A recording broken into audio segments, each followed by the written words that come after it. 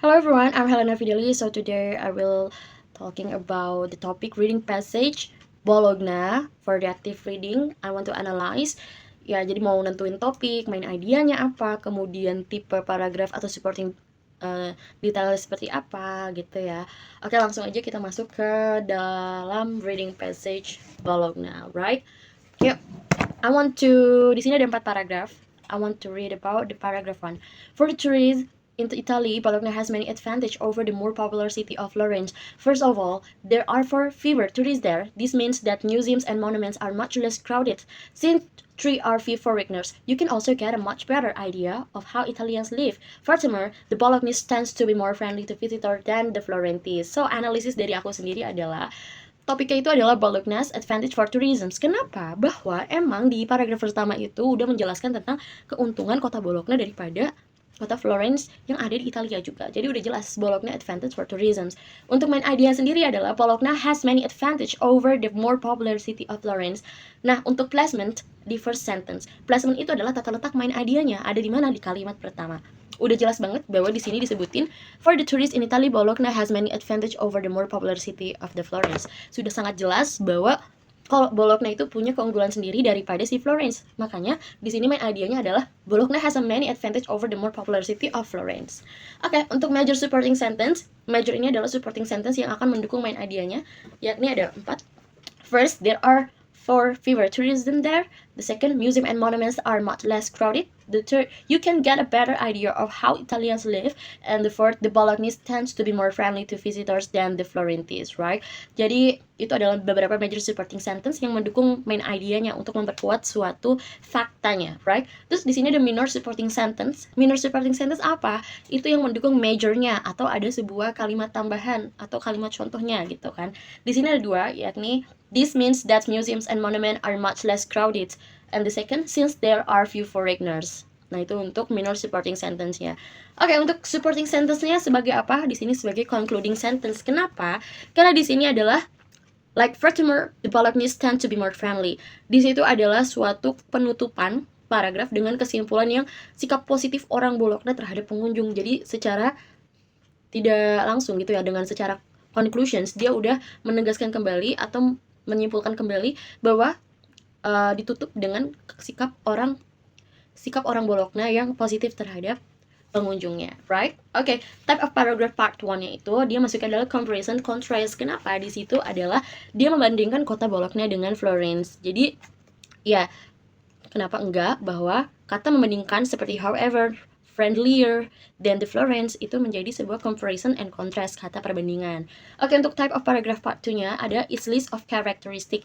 Jadi di sini masuknya adalah list of characteristic like Bologna is attractive friendly city ya. Jadi di situ lebih mendeskripsikan ciri-ciri dari kota Bologna from dari monuments, museum, di sana ada kayak gitu. Kemudian orang-orang di Bolognese people is very friendly. Nah, itu lebih cenderung memberikan deskriptif ciri-cirinya, makanya dia masukkan list of characteristic. Oke, clear ya? Oke, masuk ke paragraf kedua, analysis paragraph 2. Before kita analyze, I want to read about paragraph 2. Bologna's Etruscan origins go back at least 2,400 years. It became a Roman city in the 2nd century BC. With the fall of the Roman Empire, it came under Byzantine rule. Then it fell to the armies of northern barbarians, called the Longobards. Bologna became an independent city-state in about 1000. In the 15th and 7th, the city came under the rule of the Roman Catholic Church.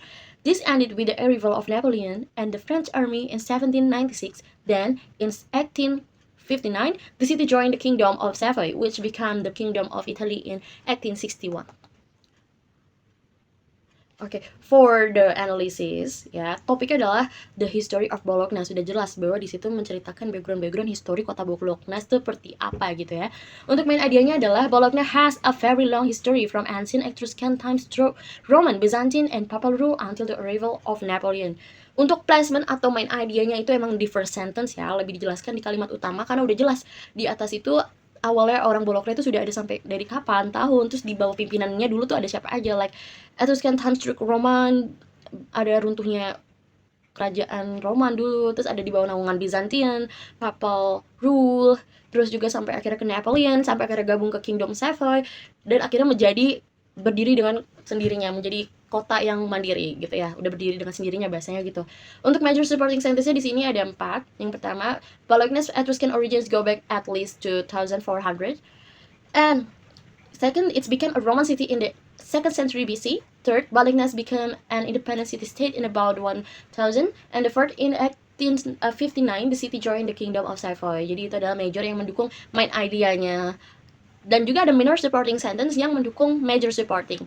Oke, di sini ada 3. The first, with the fall of the Roman Empire, it come under Byzantine rule. The second, then it fell to the armies of Northern barbarians called the Longobards. And the third, this ended with the arrival of Napoleon and the French army in 1796. Oke, untuk supporting sentence ya, as ini sebagai as a transitional sentences. Why? Karena di sini ada this ended with the arrival of Napoleon and the French army in 1796.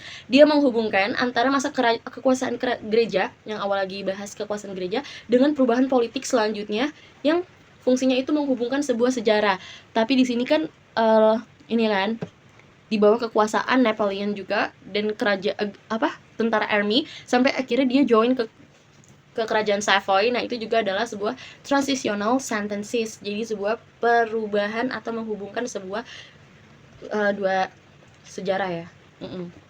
This type of paragraph part 1-nya ini masuknya adalah sequential order. Why the sequential order? Karena di sini dia masuknya itu menentukan urutan waktu ada di urutan sejarah. Jadi, like you know that Bologna was ruled by the church for many years, then by Napoleon. Nah, di situ kan sequential order lebih menuturkan atau menentukan urutan-urutan waktu.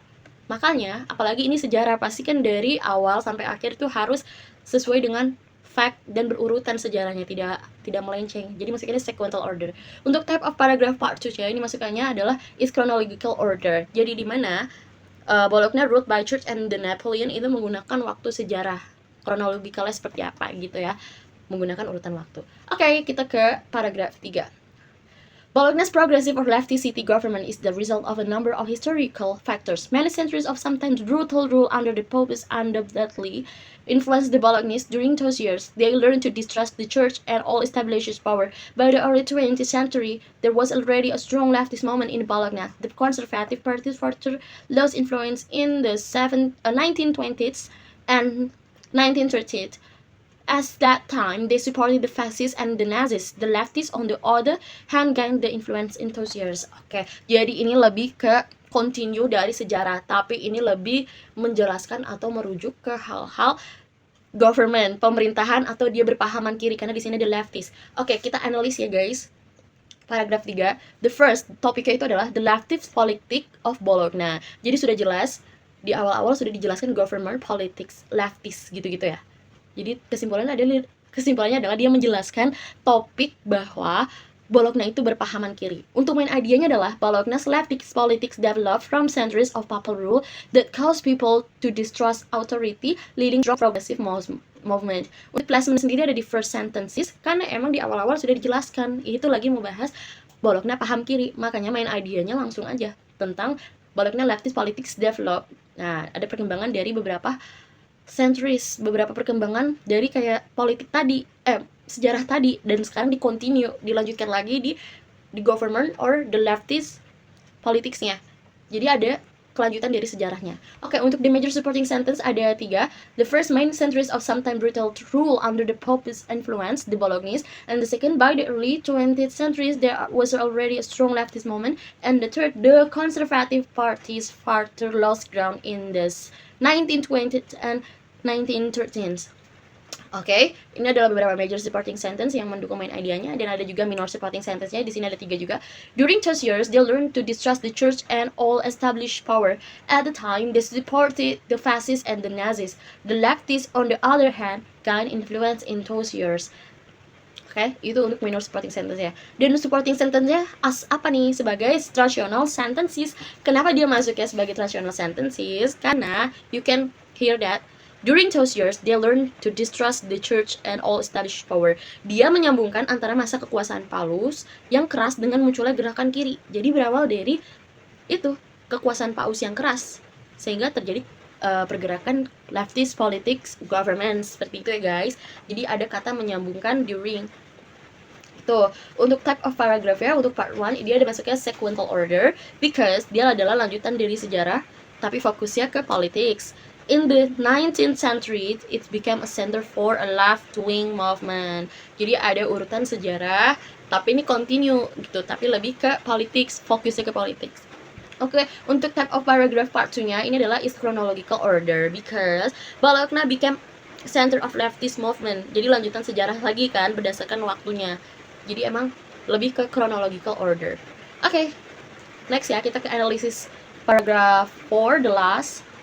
In their fondness for Bologna, the Bolognese have given their city a number of nicknames. To some, it is known as Bologna the Red. This name comes in part from the strong leftist politics tendencies of the city. To others, it is Bologna the Wise because of its university, the oldest university in Europe. The University of Bologna is still an important intellectual and cultural center. And finally, some like to think of Bologna as the Fed, a paradise for food lovers, and indeed the local cooking tends toward richness and plenty. This delicate stomach should be carefully. Oke, kalau di sini tentang julukan-julukan ya, di paragraf 4. Oke, for the analysisnya adalah topiknya itu adalah the nicknames and characteristic of Bologna. Sudah jelas di sana ada 3 julukan nicknamesnya, the Fat, the Red, and the Wise ya. Dan dia di sana juga menyebutkan karakteristiknya apa aja tuh. Kok dia masuk ya julukan ini, julukan itu ya kan. Jadi ada karakteristiknya, why, cause and effects, right? Untuk main idenya adalah Bologna is known as the Red for the politics, the Wise for the university, and the Fat for its food culture. Jadi di situ main idenya sudah menjelaskan the Red untuk politik, the Wise untuk university, the Fat itu untuk makanan budayanya. Untuk placementnya juga sudah di first sentence ya, udah menjelaskan bahwa ini tentang nicknames. Jadi kita udah tahu gitu ya. Untuk major supporting sentence ya, ada 3. To some it's known as Bologna the Red, to other it's Bologna the Wise, and finally some like to call Bologna the Fat. Nah, ini adalah major supporting sentence yang mendukung si main idea. Terus ada juga minor supporting sentence-nya. Ada 3 juga. This name comes in part from the strong leftist political tendencies of the city. Second, the oldest university in Europe. And last, and indeed, the local cooking tends toward richness and plenty. Oke, itu jadi minor supporting sentence yang mendukung majornya. Kemudian ada supporting sentence-nya as apa? Emphatic sentence. Why emphatic sentence? You can look that, and indeed, the local cooking tends toward richness and plenty, delicate stomach, be careful. Jadi kalimat ini menekankan nickname terakhir the Fat dengan kuat atau mempertegas ide utama di akhir kalimat. Jadi kan udah jelasin ya bahwa tadi the Fat itu apa gitu kan. Terus ada sedikit tambahan bahwa and indeed the local cooking tends towards richness and plenty, delicate stomach, be carefully. Jadi ada penegasan yang kuat atau menegaskan ide utama di akhir kalimat. Oke, type of paragraph part 2 ini masuk cause and effects because you can say why the city called the Fat, why the city called the Red, why the city called the Wise, karena dia menjelaskan sebab akibat Bologna dijuluki seperti itu because there have a cause and effects dalam paragraf 4. Untuk type of paragraph part 2 ini adalah is mixed paragraph. Kenapa? Dia mixed paragraphnya itu adalah classification sama list the characteristic. Ya, karena di sini dia lebih mengklasifikasikan julukan-julukan tersebut. Ada yang namanya unsur klasifikasinya, yaitu mengklasifikasikan julukan-julukannya. Dan untuk list of characteristic-nya dia memberikan deskripsi tentang ciri khasnya dari julukan-julukan tersebut gitu ya. Jadi julukan tersebut dijelaskan dengan ciri khasnya, right? Okay, it's clear ya guys. I hope you can understanding what the reading passage about the analyze from the politics. For the topic, main idea, placement, supporting sentence, like a major and minor. Supporting sentence sebagai apa? Terus ada type paragrafnya seperti apa, ya? Dan ada paragraf part 2-nya, ada paragraf 1 dan paragraf 2. Okay, I'm Helena Fidelis. Thank you so much. Thank you for watching. Bye guys.